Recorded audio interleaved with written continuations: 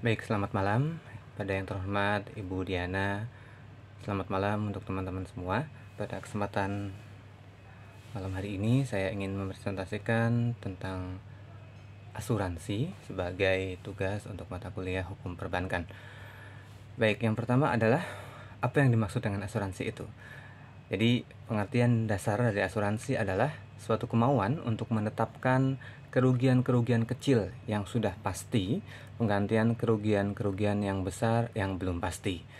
Asuransi adalah suatu perjanjian dengan mana seorang penanggung meningkatkan diri kepada seorang tertanggung dengan menerima suatu premi untuk memberikan penggantian keduanya karena suatu kerugian, kerusakan, atau kehilangan keuntungan yang diharapkan yang mungkin terjadi karena suatu peristiwa yang tidak terduga.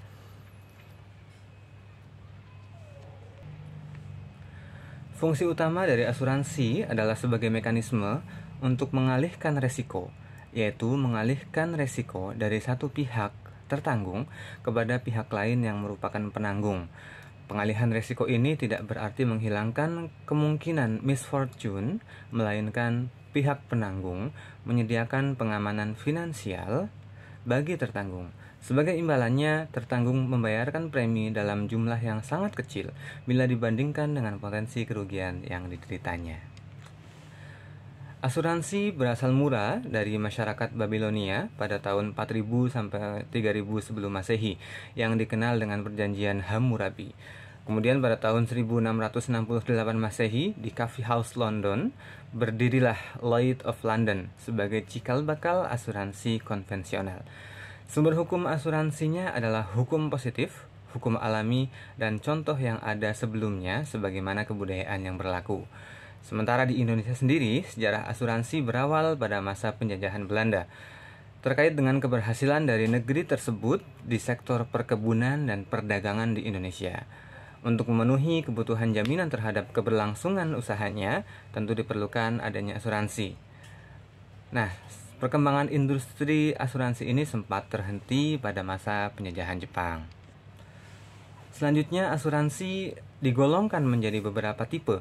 Yang pertama adalah asuransi kerugian, yang mana asuransi ini adalah jenis asuransi yang memberi jaminan bagi berbagai risiko yang mengancam harta benda dan berbagai kepentingan. Yang kedua adalah asuransi jiwa. Asuransi jiwa adalah asuransi yang memberikan jaminan terhadap kehilangan jiwa seseorang, atau dengan kata lain, suatu jasa yang diberikan oleh perusahaan asuransi dalam penanggulangan risiko yang berkaitan dengan jiwa atau meninggalnya seseorang yang dipertanggungkan. Asuransi ini meliputi asuransi kecelakaan diri, asuransi berjangka, asuransi seumur hidup, dan beberapa macam asuransi yang lain. Selanjutnya nomor 3, yaitu asuransi sosial, di mana penyelenggaraan asuransi jiwa didasarkan pada peraturan perundangan yang tersendiri yang bersifat wajib, serta di dalamnya terkandung tujuan tertentu dari pemerintah untuk memberikan perlindungan bagi masyarakat atau sebagian anggota masyarakat. Oleh karena itulah asuransi jenis ini disebut dengan asuransi sosial. Asuransi sosial yang sering kita temui dalam pergaulan kita sehari-hari diantaranya adalah asuransi harta yang merupakan pertanggungan untuk semua hak milik berupa harta benda yang memiliki resiko atau bahaya. Yang kedua adalah asuransi tanggung gugat yang sering terjadi pada asuransi pengangkutan, kebakaran, kendaraan bermotor, dan asuransi kebakaran. Selanjutnya adalah asuransi kerugian, yaitu usaha yang memberikan jasa-jasa dalam penanggungan resiko atas kerugian, kehilangan manfaat, dan tanggung jawab hukum kepada pihak ketiga yang timbul dari peristiwa yang tidak pasti. Selanjutnya adalah asuransi kebakaran. Artinya sesuatu yang terbakar yang seharusnya tidak terbakar, yang kejadiannya merupakan suatu kecelakaan bukan secara tiba-tiba, tidak ada unsur kesengajaan, dan tidak dapat diperkirakan. Selanjutnya yaitu reasuransi, pertanggungjawaban ulang atau pertanggungan yang dipertanggungkan, atau asuransi-asuransi di mana sistem penyebaran resiko penanggung menyebarkan seluruh atau sebagian dari pertanggungan yang ditutupnya kepada penanggung yang lain. Fungsi reasuransi sendiri adalah meningkatkan kapasitas akseptasi sebagai alat penyebaran resiko, meningkatkan stabilitas usaha, dan meningkatkan kepercayaan.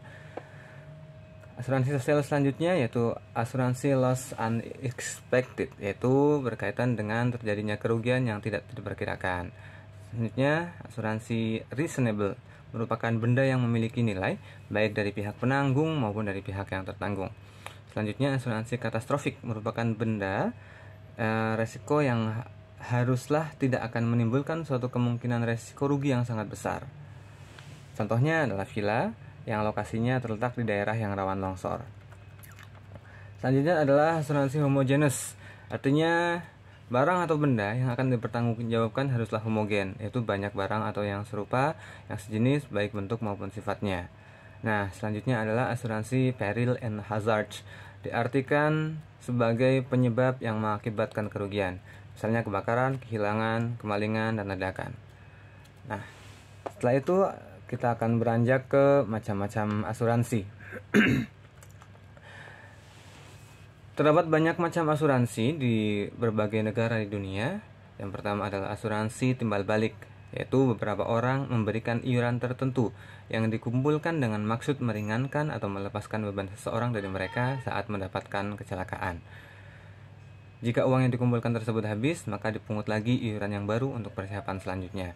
Yang kedua, asuransi dagang, di mana beberapa manusia yang senasib bersepakat dalam mengadakan pertanggungjawaban bersama untuk memikul kerugian yang menimpa salah seorang dari anggota mereka.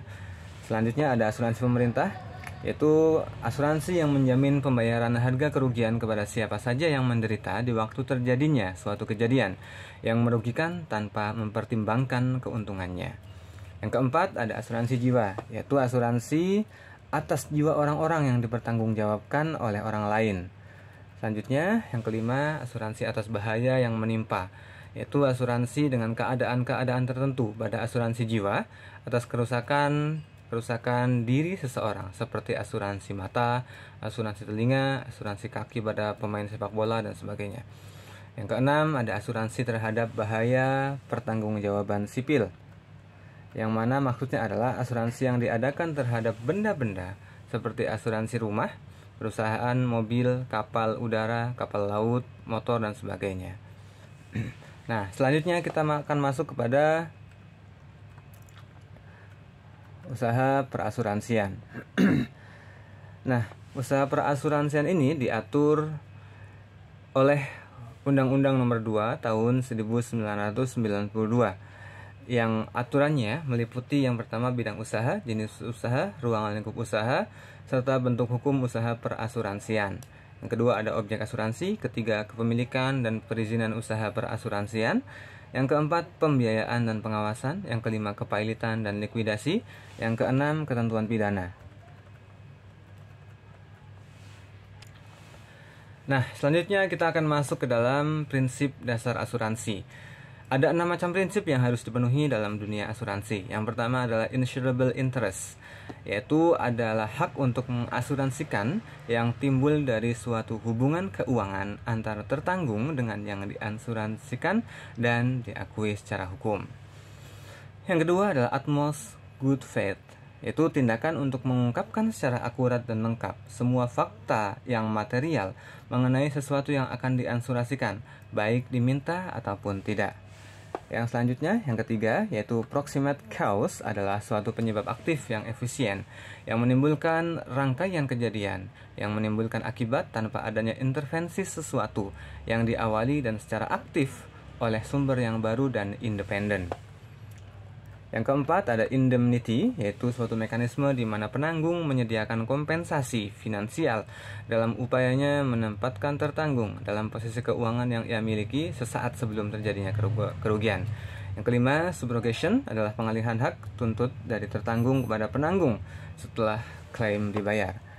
Hal ini diatur dalam pasal 284 Kitab Undang-Undang Hukum Dagang. Dan yang keenam, ada contribution. Hak penanggung untuk mengajak penanggung lainnya yang sama-sama menanggung, tetapi tidak harus sama kewajibannya terhadap tertanggung untuk memberikan indemnity. Selanjutnya adalah manfaat asuransi. Manfaat asuransi meliputi yang pertama rasa aman dan perlindungan, yang kedua jaminan memperoleh kredit, yang ketiga tabungan dan sumber pendapatan, yang keempat alat penyebaran risiko, dan selanjutnya bisa meningkatkan kegiatan usaha. Sementara tujuan asuransi Yang pertama adalah memberikan jaminan perlindungan diri dari resiko-resiko kerugian yang diderita satu pihak. Yang kedua, meningkatkan efisiensi. Yang ketiga, pemerataan biaya. Yang keempat, dasar bagi pihak bank untuk memberikan kredit. Dan yang terakhir, sebagai tabungan, karena jumlah yang dibayar kepada pihak asuransi akan dikembalikan dalam jumlah yang lebih besar. Dan sebagai penutup, ada sebuah kesimpulan di mana orang yang bersedia membayar kerugian yang sedikit untuk masa sekarang agar bisa menghadapi kerugian besar yang mungkin terjadi pada waktu mendatang, itulah yang disebut dengan asuransi. Asuransi terbagi menjadi asuransi kerugian, asuransi sosial, dan asuransi jiwa. Kegiatan asuransi dapat berlangsung karena pembinaan dan pengawasan perasuransian yang dilakukan oleh pemerintah. Peran asuransi sebagai pengalih risiko, yaitu asuransi merupakan sebuah lembaga yang didirikan atas dasar untuk menstabilkan kondisi bisnis dari berbagai risiko yang mungkin terjadi. Demikian presentasi yang bisa saya sampaikan. Kami ucapkan terima kasih. Selamat malam.